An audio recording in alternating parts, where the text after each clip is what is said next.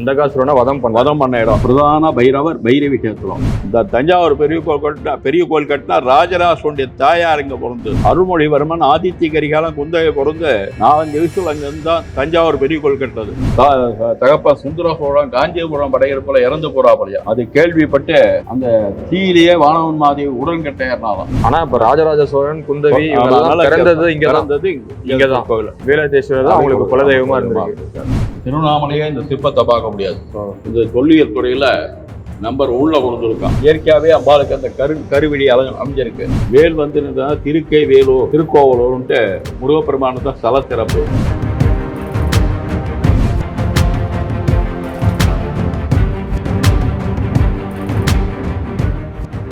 ஒரே ஒரு கோயிலுக்கு இவ்வளவு சிறப்பு எங்கன்னு தானே யோசிக்கிறீங்க? திருக்கோயிலூர்ல இருக்கிற வீரட்டேஸ்வரர் டெம்பிள். இந்த கோயிலுடைய சிறப்பை கேட்டிங்களா நீங்களே ஆச்சரியப்படுவீங்க. அந்த அளவுக்கு சிறப்பான ஒரு கோயில். பார்வதி தேவி என்ன பண்றாங்க, சிவனுடைய கண்களை விளையாட்டா மூடிடுறாங்க. உலகமே இருள் சூழ்ந்துருது. அந்த இருள்ல இருந்து அந்தகாசுரன் அப்படின்ற ஒரு அரக்கன் தோன்றான். ஸோ இந்த அந்தகாசுரனுடைய ஆட்டம் நாளுக்கு நாள் அதிகமாயிடுச்சு. இதை பார்த்துட்டு இருந்த சிவன் என்ன பண்றாரு, அவர் கையில் இருந்த கதாயுதத்தால தாக்குறாரு. அவனுக்கும் ரத்தம் வருது. இந்த ரத்தத்துல ஏகப்பட்ட அசுரர்கள் உருவாகுறாங்க. இதை பார்த்துட்டு இருந்த பார்வதி தேவி என்ன பண்றாங்க, காளி அவதாரம் எடுத்து அவங்க கையில் இருந்த கபாலத்தால அந்த ரத்தத்தை பிடிக்கிறாங்க. ஆனா அதையும் தாண்டி அந்த ரத்தம் ஒரே நேர்கோட்டில் சிந்திடுதுன்னு சொல்றாங்க. 64 ஸ்கொயரா ஏதோ மாறுது அப்படின்ற மாதிரியும் சொல்றாங்க. ஸோ இதனாலேயே சிவன் என்ன பண்றாரு, 64 பைரவர்களை உருவாக்கி கடைசியா அந்த அசுரனை அழிச்சிடுறாரு. ஸோ அதாவது அந்த அஞ்ஞானமான அந்த இருளை அழிச்சு மெய்ஞான சொரூபமா வீரட்டேஸ்வரர் அங்க வீற்றிருக்கிறாரு. அது இல்லாம சப்த கன்னிகள் உருவான இடம். அட்ட வீரட்டன கோயில்கள்ல இது 2வது ஸ்தலம். இங்க வந்து திருக்கோயிலூர்ல 2வது வீரட்டார். திருக்கோயிலூர்ல அந்தகாசுரனை வதம் பண்ண இடம். புராண காலத்துல இரண்யாட்சியால் வளர்க்கப்பட்டவன் அந்தகாசுரன். ஆனா சம்மாரம் பண்ண எடுத்த பேரு வந்து பைரவ ரூபம். இந்த ஸ்தலத்துல சிவபெருமானே பைரவரா இருந்து அந்தகாசுரனை சூலத்தை குத்தி சம்மாரம் பண்றார். இந்திர, அக்னி, யமன், நிருதி, வருணன், வாயு, குபேரன், ஈசானம் சொல்லக்கூடிய இந்த 8 திக்களையும் 8 பைரவ பத்தி 8 64 பைரவ தோன்ற ஸ்தலஸ்தல பொடியுது இந்த பைரவ ஸ்தலம். அந்தகாசுரனா பைரவ சம்மாரம் அவரே பைரவ பண்ணது. இந்த பைரவர் பைரவி தான் உலக கஷேத்திரம் பூரா பைரவராக தான் பிரதான பைரவர் பைரவி கஷேத்திரம். வீரத்தை வெளிப்படுத்திக்கொள்ள சூலத்துல வந்து அந்தகாசுரனா பைரவரா சம்மாரம் பண்றார். மேல வந்து அந்தகாசுரன் பைரவருடைய சூலத்துல அம்பாள் இருந்து அவனை தூக்கி சம்மாரம் பண்றார்.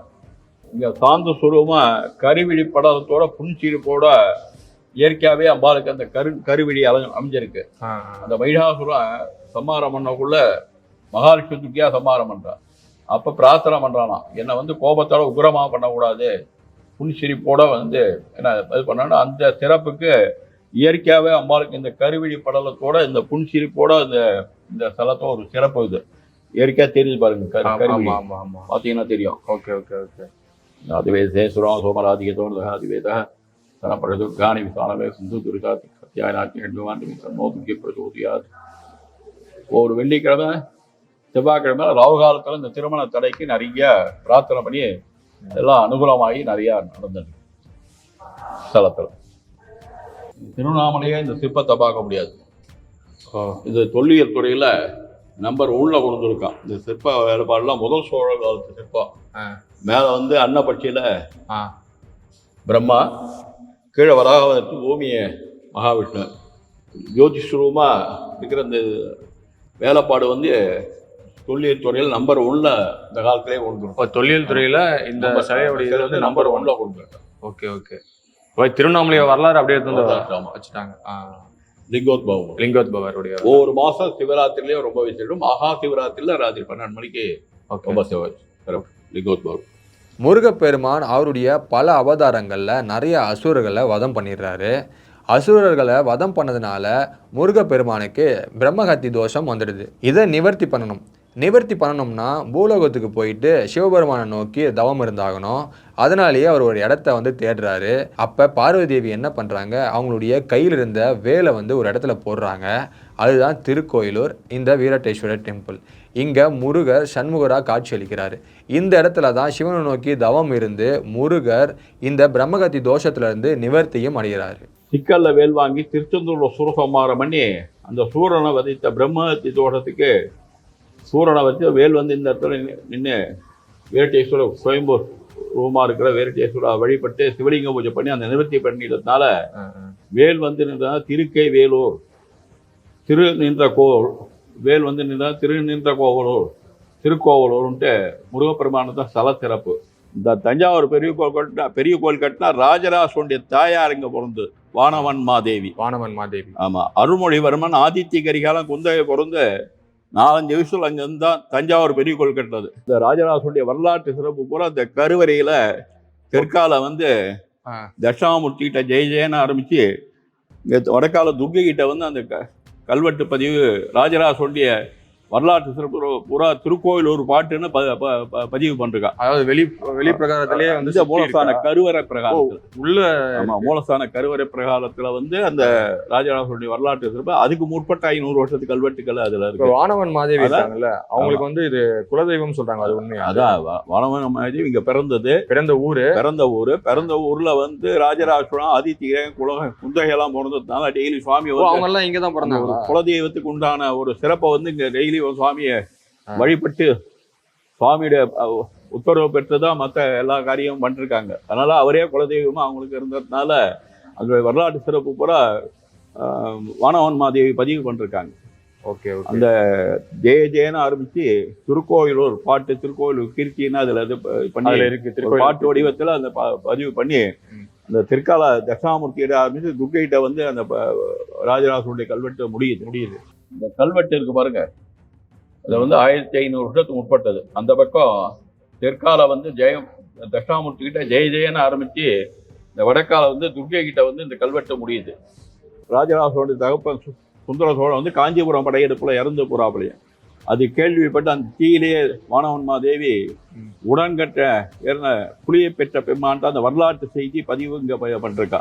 அதுவும் கல்வெட்டுல பண்ணிருக்கா. அந்த தீயிலேயே வானவன் மாதேவி உடன்கட்ட ஏறினாலாம். அப்பதான் அந்த புலியை பெற்ற பெம்மான்ட்டு ஒரு வரலாற்று பாட்டு, ஒரு சிறப்பு பாட்டு வந்து பாட்டோட இதுல பதிவு பண்ணிருக்கா. கோயில் அகண்ட வழக்கேறியதுக்கு பக்கத்துல ஆவியூர் நலம் விட்டதுன்றது ஒரு குறிப்பீடெல்லாம் அதுல நிறைய இருக்கு. அதாவது ராஜராஜ சோழனுடைய என்னென்ன பண்ணிருக்காரு கோயிலுக்கு எல்லாத்தையும் வந்து இந்த கல்வெட்டுல குறிப்பிட்டிருக்காங்க. தஞ்சாவூர் டிஸ்ட்ரிக்ட்ல இருக்க கோயிலுக்கெல்லாம் கூட அந்த நிலம் இந்த வழக்கறிய தீபம் இது பண்றதெல்லாம் இங்க பதிவு பண்ணிருக்கோம். ஒரு சில கல்வெட்டு எல்லாம் பதிவு ஆயிருக்கு. ஓகே. ஆனா இப்ப ராஜராஜ சோழன் குந்தவி பிறந்தது இங்கதான் கோவில்.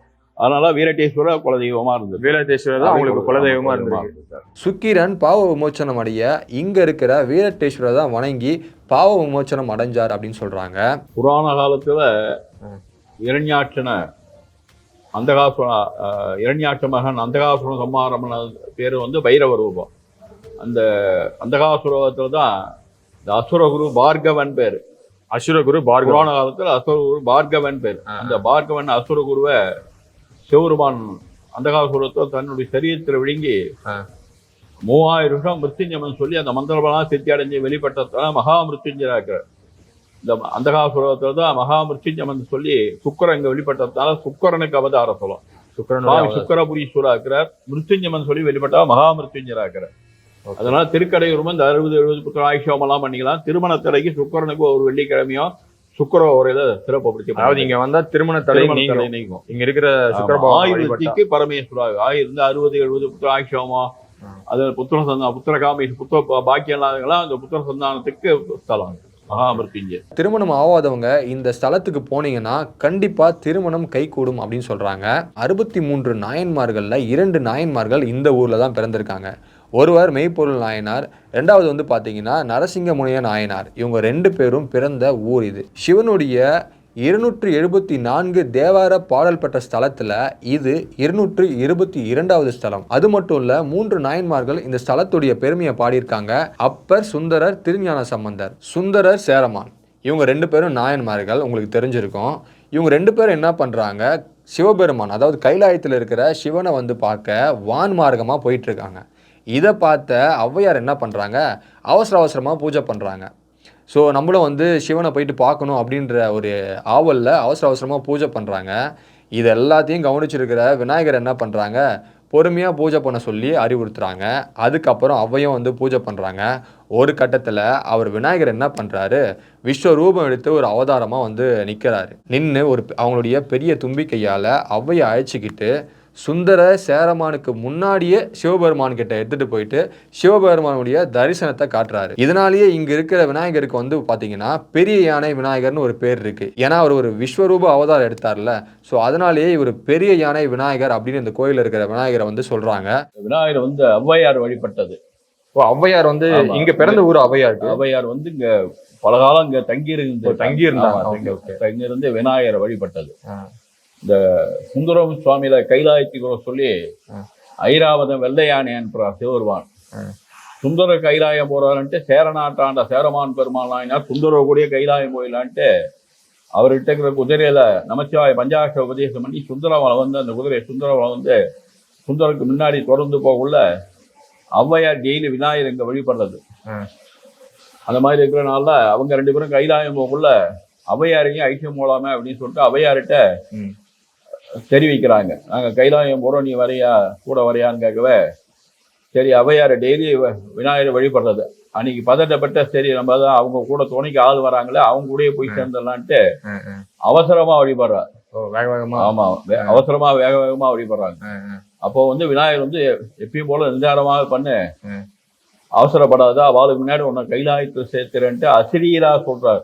Okay okay. உடனே இந்த விநாயகர் சீதக்கலப சந்தாமரை போட்டு விநாயகர் அந்த 72 வரி வரும். Okay okay okay. அந்த விநாயகர் அவள் பாடி முடிச்சுட்டு ஔவையார் இங்க உட்கார்ந்த இடத்துல தும்பிக்கையில தூக்கி கைலாயத்தில் விட்டுறாரு. விஸ்வரூபோட கைலாயத்துல பெரியான கணபதின்னு டைட்டில் பெருசுன்றாங்கல்ல. அதனால விஸ்வரூபம் உட்கார்ந்த இடத்துல இருந்து விஸ்வரூபம் வாங்கி தூக்கி கைலாயத்துல விட்டதுனால மகா கணபதி பெரியான கணபதினு பேரு. சுந்தரருக்கு சேரமானுக்கு முன்னாடியே கைலாயம் போறதுக்கு ஔவையார் கைலாயத்துல சிவபெருமான கிட்ட.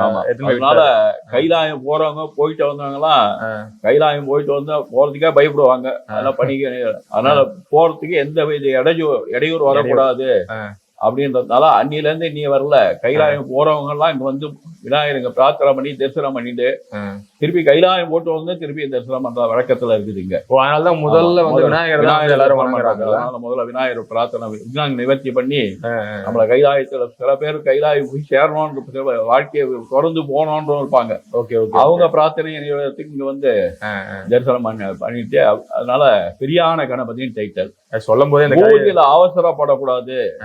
பூஜையை வந்து பதட்டப்பட்ட அவசரமா பண்றோம்ல, அதை வந்து அவசரப்படாது, நிதானமா பண்ணா கைமேல் பலன்றது. ஔவையார் வந்து நீ நிதானமா பண்ணு, அவசரப்படாத, அவளுக்கு முன்னாடி உனக்கு கைலாயத்தை சேர்த்துறதுனால அந்த சிறப்பு. பூஜையில அவசரப்படாது, நிதானமா பண்ணணும் அப்படின்னு ஒரு வழிமுறையை வகுத்து கொடுத்த இடம் அது. சொல்லும் போதே சிலிர்ப்பா இருக்குங்க. அதனால ஒரு சிறப்பு. அதே மாதிரி கைலாய காட்சி, கைலாய காட்சி பாடலாம்.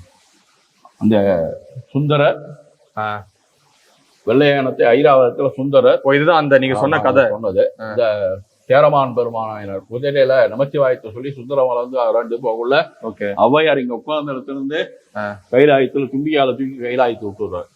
தும்பிக்கையில தூக்கிட்டு போயிட்டு கைலாயத்துல வந்து சிவபெருமான் கைலாய காட்சி. Okay okay okay. நம்ம கைலாயம் நம்ம அங்க போவோம், கைலாயத்துக்கு இங்கேயும் பாசிட்டிவ் நெகட்டிவ்னு வாங்க இல்லைங்களா? ஆமா ஆமா. அத மாதிரி கைலாயத்துக்கு இங்கேயும் கனெக்ஷன் இருக்கு. திருக்கோயில் இருக்குங்க, கைலாயம் கைலாயன்றத சிறப்பா ஔவையார் இங்க ஔவையாருனால இங்க விநாயகர்னால இந்த சிறப்பு. இங்க கைலாயம் தான் திருக்கோயில் தான் கைலாயம் தான் பாசிட்டிவ் நெகட்டிவ் மாதிரி ஒரு தொடர்பு கைலாயத்துக்கு திருக்கோயிலூருக்கு ஒரு தொடர்பு. அந்த கைலாயத்துல இருக்கிற எஃபெக்ட் இந்த பூமிக்கு ஆகர்ஷணம் பண்ணி வச்சிருக்கேன். ஒரு சிறப்பு. அதனால சூப்பருங்க ஐயா. ஆமா. மூவேந்தர்களான சேர சோழ பாண்டியர்கள் என்ன பண்றாங்க, பரம்பு நாட்டை ஆண்டு வந்த பெரும் வள்ளலான பாரி மேல போர் தொடுத்து அழிச்சிடுறாங்க. பாரி தான் இறக்கிறதுக்கு முன்னாடி தன்னுடைய நெருங்கிய நண்பரான புலவர் கபிலர் கிட்ட தன்னுடைய 2 மகள்களான அங்கவை சங்கவைய கபிலர் கிட்ட ஒப்படைச்சிட்டு இறந்துடுறாரு. அதுக்கப்புறம் கபிலர் பரம்பு நாட்டை விட்டு திருக்கோவிலூர் வராரு. அதாவது இப்ப இருக்கிற திருக்கோவிலூர். அதான் இந்த சேரநாடு சோழநாடு பாண்டிய நாட்டுல திருக்கோவில் நடுநாடுன்னு பேர். மலாடு மலையமான் திருமுடிக்காரு நடுநாடு செய்திமாநாடுன்னு இந்த கடையேழு வல்லல காரி ஓரி பாரி மலையமான் திருமுடிக்காரு திருக்கோவில் தெய்வீக மன்னனுக்கு தான் இந்த முல்லைக்கு தேர் கொடுத்தான். பாரி மகள் அங்கவி சங்கி சங்கப்புற கபிலர் அவையார் வந்து பாரியர் மூவேந்தர சூழ்ச்சியெல்லாம் பாரியை கொண்டதும் பாரியர் இருந்ததும் அந்த பாரி மகளை கபிலர் அங்க மந்திரியா இருந்து நண்பரா இருந்ததுனால பாரிக்கிட்டேருந்து அந்த பெண்களை காப்பாற்றி வெளியில ஆகிட்டு வந்து பல சிற்றரசெல்லாம் கூப்பிட்டு கேட்டு திருமணத்துக்கு இது பண்ணி அவங்கெல்லாம் பாரி மூவேந்தரை எதிர்த்து பண்ண முடியாத பயத்துல ஒரு சூழ்நிலையில எல்லாம் ஒதுங்கி போகவே நம்ம திருக்கோ தெய்வீக மன்னனுக்கு தெய்வீக மன்னன் திருக்கோ தெய்வீக மன்னனுக்கு பாரிக்கு திருமணம் நடத்தி வைக்கணும்னு ஒரு அபிப்பிராயம் இருந்ததுனால இந்த மூவேந்தர சூழ்ச்சினால மூவேந்தரை எதிர்த்து இது பண்ணக்குள்ள திருக்கோ தெய்வீக மன்னனை பண்ணணுன்ற ஒரு நட்புல ஒரு எண்ணங்கள் அவர் ஓடி இது பண்ணதால இங்க திருக்கோ தெய்வீக மன்னன்கிட்ட வந்து எல்லா சிற்றரசெல்லாம் கேட்டுட்டு திருக்கோ தெய்வீக மன்னன்கிட்ட வந்து அவையாருக்கு கபிலர் கேட்கிறார். அவர் என்ன தெய்வீக மன்னன் பாரிய வஞ்சனால கொண்டுறாங்க, நீங்க மூவேந்தர் ஒப்புதல் பெற்றுவா அப்படின்றாப்புல. யாரு தெய்வீக மன்னன் வந்து சொல்றாரு, தெய்வீக மன்னர் கபில கிட்ட தெய்வீக மன்னன் நினைச்சிருந்தா பண்ணலாம்.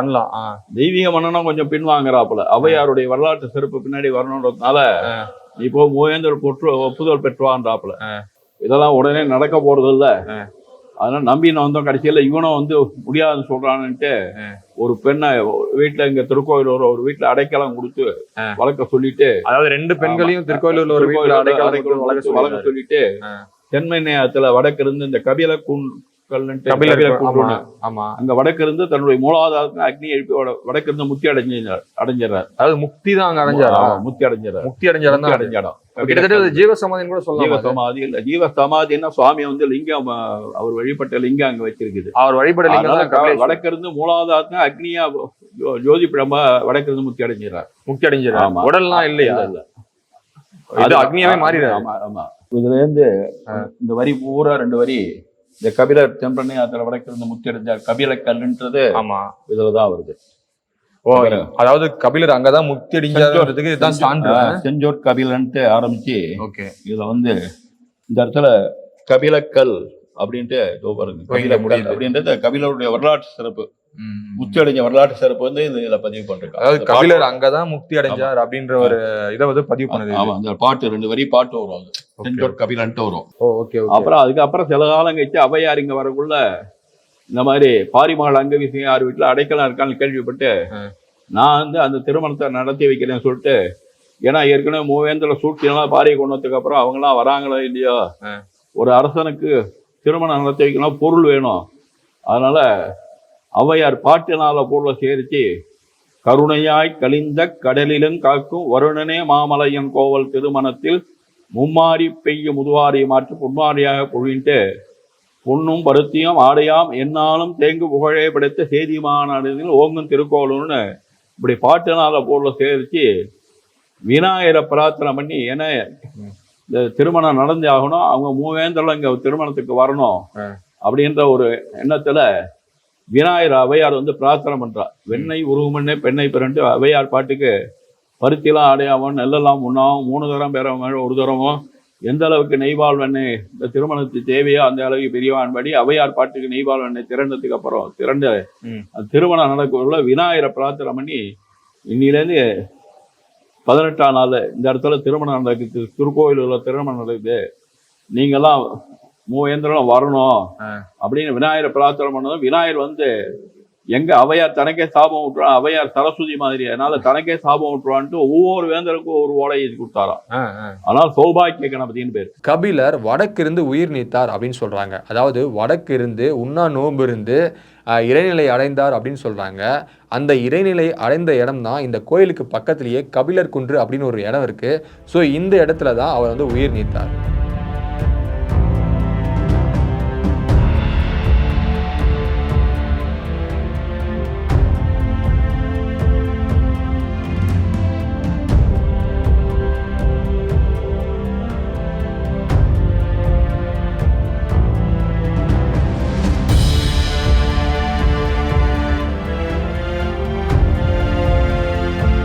இன்னும் இந்த ஸ்தலத்துடைய பெருமையை சொல்லணும்னா சொல்லிக்கிட்டே போகலாம். அந்த அளவுக்கு பெருமையான ஒரு ஸ்தலம் இது. கண்டிப்பாக இந்த வீரட்டேஸ்வரர் கோயிலுக்கு நீங்களும் போயிட்டு அவருடைய அருள் அடைங்க சொல்லிக்கிட்டு இந்த ஷோவை இதோட முடிக்கிறேன். பாய் பாய்.